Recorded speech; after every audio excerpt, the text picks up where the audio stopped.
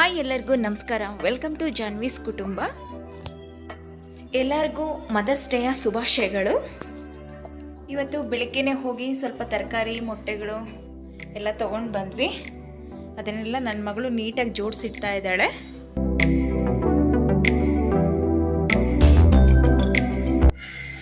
ಹಾಗೆ ಮಕ್ಕಳಿಗಂತ ಸ್ವಲ್ಪ ತಿಂಡಿಗಳು ತೊಗೊಂಡ್ಬಂದಿದ್ದೆ.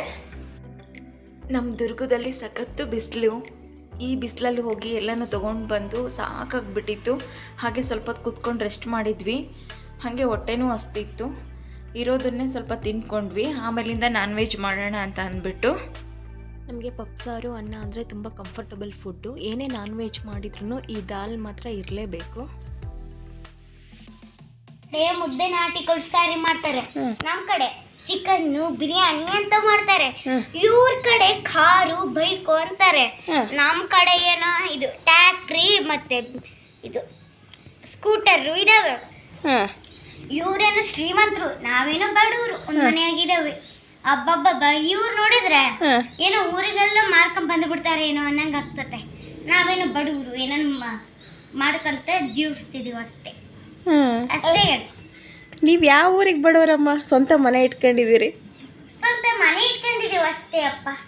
ದುಡ್ಡು ಬೇಕಲ್ಲ, ಮನೆ ಬಾಡಿಗೆ, ಕರೆಂಟ್ ಬಿಲ್ಲು, ತರಕ್ಕೆ ಹೋಗಕ್ಕೆ ಬೇಕಲ್ಲ ದುಡ್ಡು. ಎಷ್ಟು ನೋಡ್ರಿ ಆಂಟಿ, ಎಲ್ಲಾರು ಓಡ್ ಬಂದ್ರು ದೆವ್ವ ಐತೆ ಅಂತ. ಆದ್ರೆ ನಾನೊಬ್ಳೆ ಅಲ್ಲಿ ಏನಿತ್ತು ಇತ್ತು ನಿಜ, ಅಲ್ಲಿ ಇದ್ದಿದ್ದು ಕರೆಕ್ಟೇ. ನಾನು ಎದ್ರುಕೊಂಡಿಲ್ಲ, ಜೋಕಲಿ ಮೇಲೆ ಕೂತಿದ್ದೆ. ಅದು ಬಂತು ಹತ್ರ, ನಾನು ಓಡ್ಲು ಇಲ್ಲ. ಯಾಕಂದ್ರೆ ಅದು ದೆವ್ವನಲ್ಲ, ಪಿಸಾಸ್ತಿನೂ ಅಲ್ಲ. ಯಾಕಂದ್ರೆ ಅದು ವೇಷ ಹಾಕಿದ್ದಾರೆ ದೆವ್ವಂದು.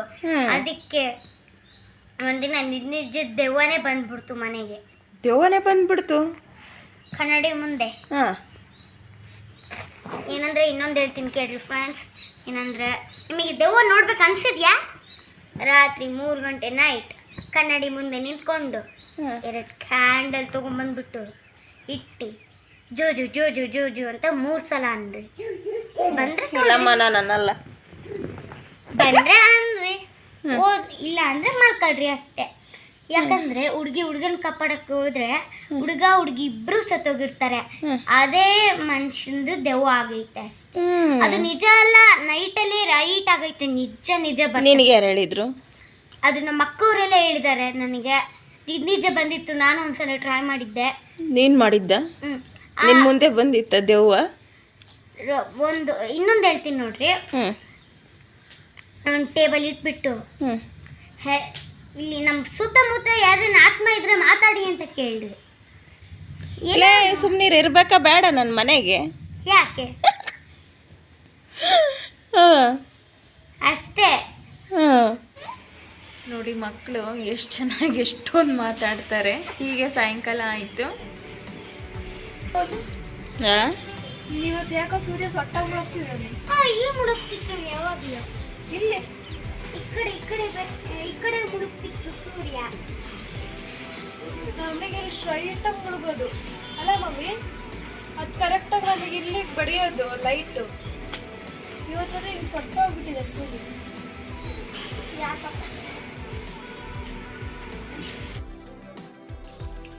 ಸಂಜೆ ಟೈಮ್ ಸ್ನ್ಯಾಕ್ಸ್ಗೋಸ್ಕರ ಕಡಲೆಕಾಳು ಉಸ್ಲಿ ಹಾಗೆ ಸ್ವಲ್ಪ ಸೂಪ್ ಮಾಡಿದ್ದೆ ಮಕ್ಕಳಿಗೋಸ್ಕರ.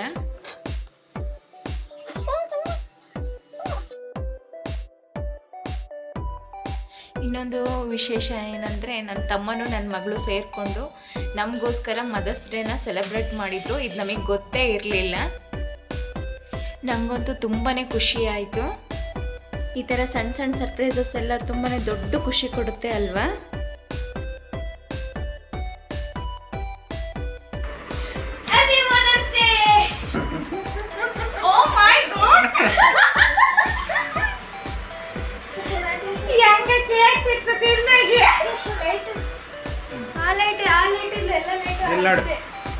ಎಲ್ಲ ಬೆಳಿಗ್ಗೆ ದೂರ ಕೂತಿದ್ದೀರ. ನನ್ನ ಹೊಟ್ಟೆ ಕಾಣಿಸ್ಬಾರ್ದು ಮರೆ. ಇನ್ನೂ ಸ್ವಲ್ಪ ಹತ್ರ ನನಗೆ ಗಣೇಶ ನೋಡಿದ್ಮೇಲೆ ನನಗೊಂದು ಸ್ವಲ್ಪ ಸಮಾಧಾನ. ಸ್ವಲ್ಪ ಹತ್ರ ಆಗಜ್ಜಿ. ಎಲ್ಲಿ ಇವಾಗ ಮಕ್ಕ ಬೆಳಗ್ಗೆ ಕಾಣಿಸ್ತದೆ ಬಿಡ. ಹಿಂದ್ಗಡೆ ಲೈಟ್ ಎಫೆಕ್ಟ್ಗೆ ಹಂಗೆ ಕಾಣಿಸ್ತದೆ. ಇಲ್ಲಿ ನೋಡ್ರಿ. ಅಮ್ಮು ನೋಡು.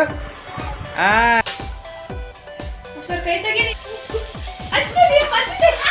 ಅಷ್ಟೇ. ಹ್ಯಾಪಿ ಮದರ್ಸ್ ಡೇ ಅಮ್ಮು.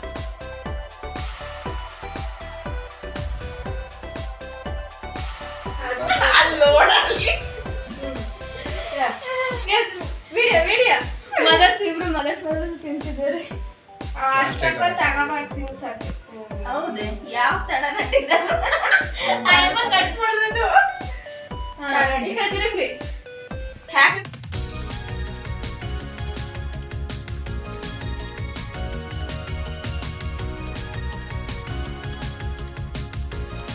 ನನ್ನ ಚಿಕ್ಕ ಮಗಳಿಗೆ ತುಂಬಾ ಆಶ್ಚರ್ಯ ಆಗಿತ್ತು.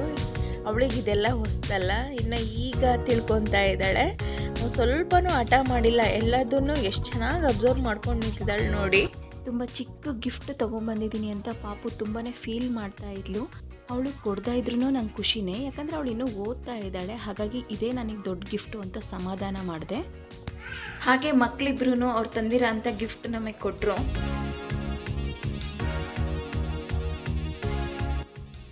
ಈ ಥರ ಒಂದು ಖುಷಿನ ನನ್ನ ಮಗಳು ನಮ್ಮ ಮನೆಯವರು ನನಗೆ ಕೊಡ್ತಾನೆ ಇರ್ತಾರೆ. ಆದರೆ ಈ ಸಾರಿ ನನ್ನ ತಮ್ಮನೂ ಭಾಗಿಯಾಗಿದ್ದ, ಅವನು ಸರ್ಪ್ರೈಸ್ ಕೊಟ್ಟ. ಎಲ್ಲರೂ ಬಂದಿದ್ದು ನೋಡಿ ನನಗಂತೂ ತುಂಬಾ ಖುಷಿ ಆಯಿತು.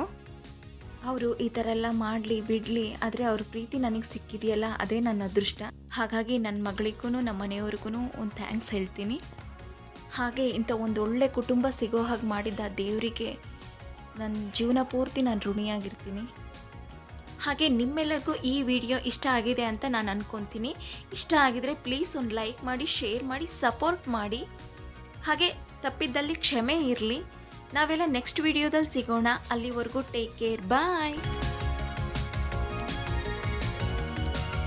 ದುಡ್ಡು ಹೆಂಗ್ ಕುಡಿಕೊಂಡಿದ್ದಾಳೆ ನನ್ನ ಮಗಳು ಪಾಪ. ಏನಂತ ಕುಡಿದ್ರೆ ಆಶ್ಚರ್ಯ ಇಲ್ಲ, ಅವ್ನು ದುಡಿತಾನೆ. ನಾನು ಅದಕ್ಕೆ ಅಷ್ಟೊಂದೇನು ತೊಡ್ದಿಲ್ಲ. ಸೊ ಆಂಟಿ ಮೂಗ್ನತ್ತು ಹಳ್ಳಿಂದು ಚೇರ್ಸ್ ಮೂಗ್ನತ್ತು. ಹೌದು, ಮೂಗ್ನತ್ತೆ ನೀಟಾಗಿ ಬರಂಗಿಲ್ಲ. ಅಷ್ಟೇ.